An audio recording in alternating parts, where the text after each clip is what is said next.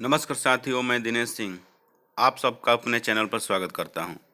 अगर आप सभी मेरे चैनल पर नए हैं तो चैनल को सब्सक्राइब कर लें और बेल आइकन दबा लें। तो चलिए, योग एवं शारीरिक शिक्षा से संबंधित अति महत्वपूर्ण प्रश्नों की अगली श्रृंखला को देखते हैं। इसके साथ ही आप अपने साथ पेपर पेन ले लें ताकि मेरे साथ आप भी प्रश्नों के जवाब लिखते चलें और वीडियो के अंत में आपने कितने प्रश्न सही किए ये हमको ज़रूर बताइएगा।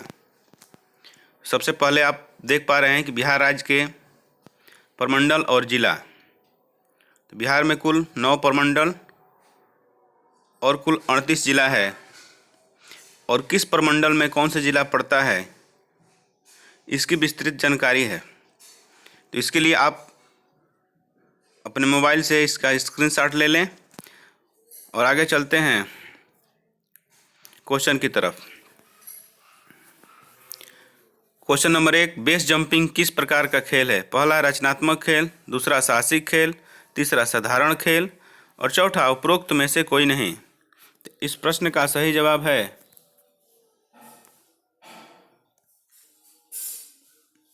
साहसिक खेल। साहसिक खेलों को प्रचंड खेल भी कहा जाता है। अगले प्रश्न की तरफ चलते हैं। प्रश्न संख्या 2, किस साहसिक खेल में चंदवे का प्रयोग किया जाता है? पहला ऑप्शन है पैराग्लाइडिंग, दूसरा है रिवर राफ्टिंग, तीसरा है सर्फिंग, चौथा है पर्वतारोहण। तो इस प्रश्न का सही जवाब है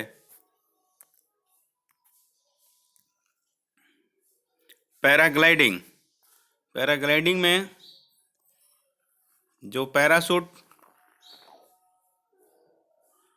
खिलाड़ियों के पास होता है इसी को चंदवा बोला जाता है। अगले प्रश्न की तरफ चलते हैं। प्रश्न संख्या 3, कुशल सर्फर सामान्यतः बोर्ड के किस भाग पर खड़े होते हैं? पहला ऑप्शन है पीछे की तरफ, दूसरा ऑप्शन है बीच में, तीसरा ऑप्शन है आगे की तरफ और चौथा ऑप्शन है उपरोक्त में से सभी जगह। तो इस प्रश्न का सही जवाब है आगे की तरफ। अगर ट्रेंड या कुशल थोड़ा बहुत होते हैं वो लोग बोर्ड के बीच में खड़े होते हैं। अगले प्रश्न की तरफ चलते हैं। प्रश्न संख्या 4, पैराग्लाइडिंग कितनी ऊंचाई तक किया जा सकता है? पहला ऑप्शन है 18,000 फीट, दूसरा है 1800 फीट, तीसरा है 180 फीट और चौथा है 18 किलोमीटर। तो इस प्रश्न का सही जवाब है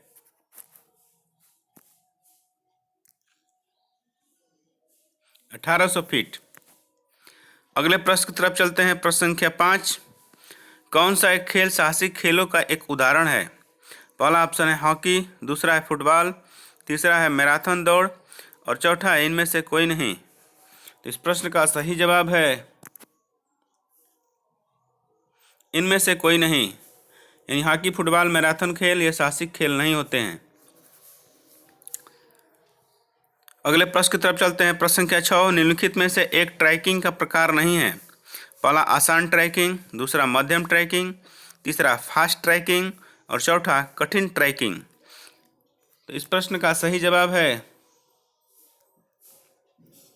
फास्ट ट्रैकिंग। यानी कि ट्रैकिंग जो पहाड़ों पर की जाती है उसमें फास्ट ट्रैकिंग का कोई तरीका नहीं है। अगले प्रश्न की तरफ चलते हैं। प्रश्न संख्या 7, निम्नलिखित में से कौन सा साहसिक खेलों का उद्देश्य नहीं है? पहला ऑप्शन है आत्मविश्वास को विकसित करना, दूसरा है एकाग्रता विकसित करना, तीसरा धीमी गति से चलना, चौथा है सृजनात्मकता में वृद्धि करना। तो इस प्रश्न का सही जवाब है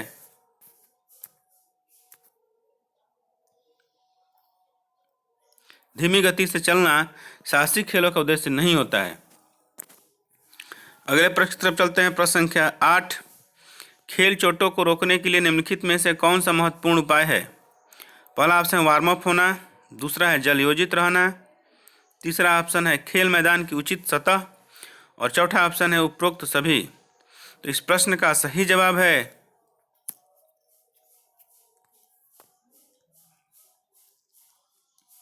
उपरोक्त सभी। यानी खेल चोटों को रोकने के लिए आपको वार्म अप करना चाहिए, पर्याप्त पानी पीना चाहिए और खेल के मैदान की जो सतह है वो समतल बराबर जितनी खेल के लिए उपयुक्त होनी चाहिए। अगले प्रश्न की तरफ चलते हैं। प्रश्न संख्या 9। यूनान के प्रसिद्ध औसत शास्त्री का क्या नाम था? पहला ऑप्शन है सुकरात, दूसरा ऑप्शन है प्लेटो, तीसरा ऑप्शन है हिप्पोक्रेटस, चौथा ऑप्शन है उपरोक्त में से कोई नहीं। इस प्रश्न का सही जवाब है हिप्पोक्रेटस। अगले प्रश्न की तरफ चलते हैं। प्रश्न संख्या 10। हिप्पोक्रेटस ने मुख्य रूप से व्यक्तियों को कितने वर्गों में बांटा है? पहला ऑप्शन है 3, दूसरा ऑप्शन है 4, तीसरा ऑप्शन है 5, चौथा ऑप्शन है 6। तो इस प्रश्न का सही जवाब है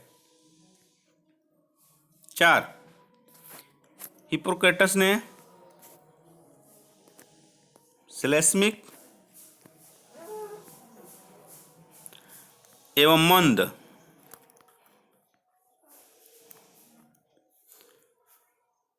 अधिक रक्त वाले,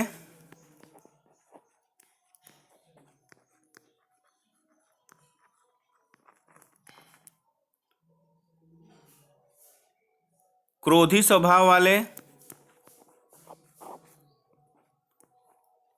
और खिन्न,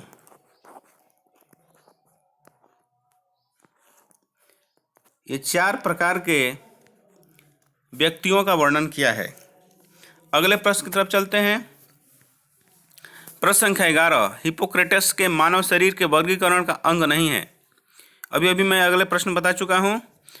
तो इसमें पहला ऑप्शन है अधिक रक्त वाले, दूसरा है क्रोधी स्वभाव वाले, तीसरा है खिन्न और चौथा है पाइकेनिक। इस प्रश्न का सही जवाब है पाइकेनिक। अगले प्रश्न की तरफ चलते हैं। प्रश्न संख्या 12। अर्नेस्ट क्रेसमर का वर्गीकरण नहीं है। पहला है पाइकेनिक, दूसरा एंडोमॉर्फ, तीसरा एस्थेनिक और चौथा है खिलाड़ी। इस प्रश्न का सही जवाब है एंडोमॉर्फ, यानी कि क्रेसमर का पाइकेनिक, एस्थेनिक और खिलाड़ी, यह 3 ही प्रकार का वर्गीकरण है। अगले प्रश्न की तरफ चलते हैं। प्रश्न संख्या 13। विलियम हर्बर्ट शेल्डन का वर्गीकरण नहीं है। तो विलियम हर्बर्ट शेल्डन ने भी 3 तरह के व्यक्तियों के बारे में बताया है, जिसमें कि पहला ऑप्शन है एंडोमॉर्फी, दूसरा है मेसोमॉर्फी, तीसरा है एक्टोमॉर्फी। तो इस प्रश्न का सही जवाब और चौथा है खिन्न। तो विलियम हर्बर्ट शेल्डन का वर्गीकरण नहीं है, तो इस प्रश्न का सही जवाब है खिन्न, क्योंकि खिन्न प्रकार के व्यक्तियों का वर्गीकरण हिप्पोक्रेटस ने किया था। अगले प्रश्न की तरफ चलते हैं। प्रश्न संख्या 14। हृदय सहनशक्ति का आकलन करने के लिए शारीरिक फिटनेस टेस्ट का उपयोग किया जाता है, यानी किन किन फिटनेस टेस्टों का प्रयोग किया जाता है? पहला है VO2 मैक्स परीक्षण, दूसरा हार्वर्ड स्टेप टेस्ट, तीसरा है 12 मिनट कूपर टेस्ट और चौथा ऑप्शन है उपरोक्त सभी। इस प्रश्न का सही जवाब है उपरोक्त सभी। और BPSC TRE 2 में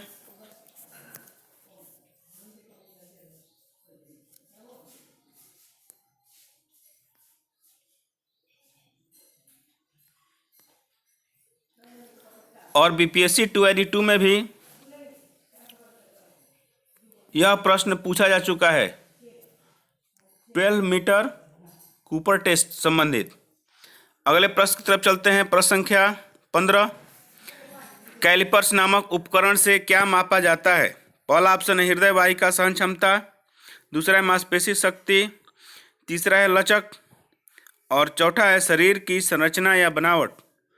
तो इस प्रश्न का सही जवाब है शरीर की संरचना या बनावट। अगले प्रश्न की तरफ चलते हैं। प्रश्न संख्या 16। हार्वर्ड स्टेप परीक्षण का अन्य नाम है। पहला ऑप्शन एरोबिक पुष्टि परीक्षण, दूसरा है एनारोबिक पुष्टि परीक्षण, तीसरा है लचक परीक्षण और चौथा है उपरोक्त में से कोई नहीं। तो इस प्रश्न का सही जवाब है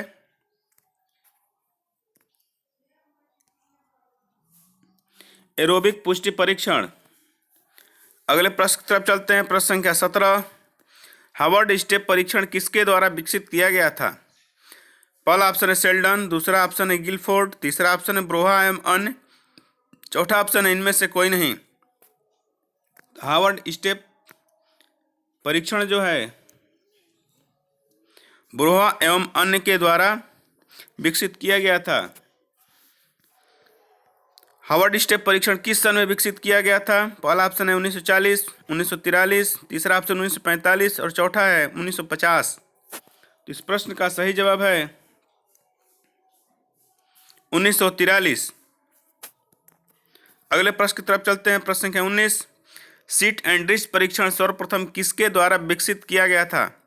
पहला ऑप्शन वेल्स एम डिलन, दूसरा है ब्रोहा एम अन्य, तीसरा है गिलफोर्ड एम मर्फी और चौथा इनमें से कोई नहीं। इस प्रश्न का सही जवाब है वेल्स एम डिलन। और यह प्रश्न बीपीएससी में भी और वो भी टीआरई 2 में पूछा जा चुका है। अगले प्रश्न की तरफ चलते हैं। प्रश्न संख्या 20, सीट एंड रिच परीक्षण किस वर्ष प्रकाश में आया?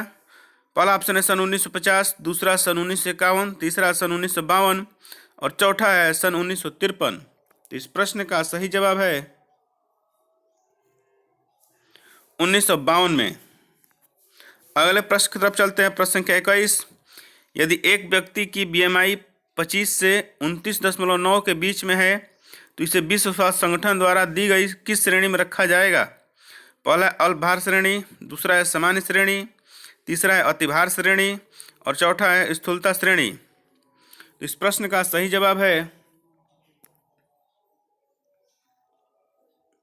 अतिभार श्रेणी। आपको पता होना चाहिए जिनकी बीएमआई 18.5 से कम रहती है वो अल्पभार में आते हैं और जिनकी बीएमआई 24.9 तक रहती है, 18.5 के बाद और 24.9 के बीच वो समान श्रेणी में आते हैं और 25 से लेके 30 के बीच वाले अतिभार की श्रेणी में आते हैं और 30 के ऊपर वाले स्थूलता श्रेणी में आते हैं। अगले प्रश्न की तरफ चलते हैं। प्रश्न संख्या 22, किस प्रकार के शरीर वाले व्यक्ति को प्रायः स्लिम व्यक्ति के रूप में जाना जाता है? पहला ऑप्शन एंडोमॉर्फी, दूसरा मेसोमॉर्फी, तीसरा एक्टोमॉर्फी और चौथा इनमें से कोई नहीं। तो इस प्रश्न का सही जवाब है एक्टोमॉर्फी। अगले प्रश्न की तरफ चलते हैं। प्रश्न संख्या 23, शेल्डन ने व्यक्तियों के शरीर के प्रकारों को निम्नलिखित श्रेणियों में वर्गीकृत किया है: पाइकेनिक, एस्थेनिक, एथलेटिक्स और चौथा ऑप्शन इनमें से कोई नहीं। तो इस प्रश्न का सही जवाब है इनमें से कोई नहीं, क्योंकि पाइकेनिक, एस्थेनिक, एथलेटिक्स प्रकार के व्यक्तियों का वर्गीकरण क्रेस्मर ने किया है, न कि शेल्डन ने। अगले प्रश्न की तरफ चलते हैं। प्रश्न संख्या 24, परीक्षण, मापन व मूल्यांकन महत्वपूर्ण होती है। पहला ऑप्शन है प्रगति को जानकारी प्राप्त करने के लिए, दूसरा योग्यताओं व क्षमताओं को जानने के लिए, तीसरा अनुसंधान व प्रयोग के लिए और चौथा उपरोक्त सभी के लिए। तो इस प्रश्न का सही जवाब है उपरोक्त सभी के लिए।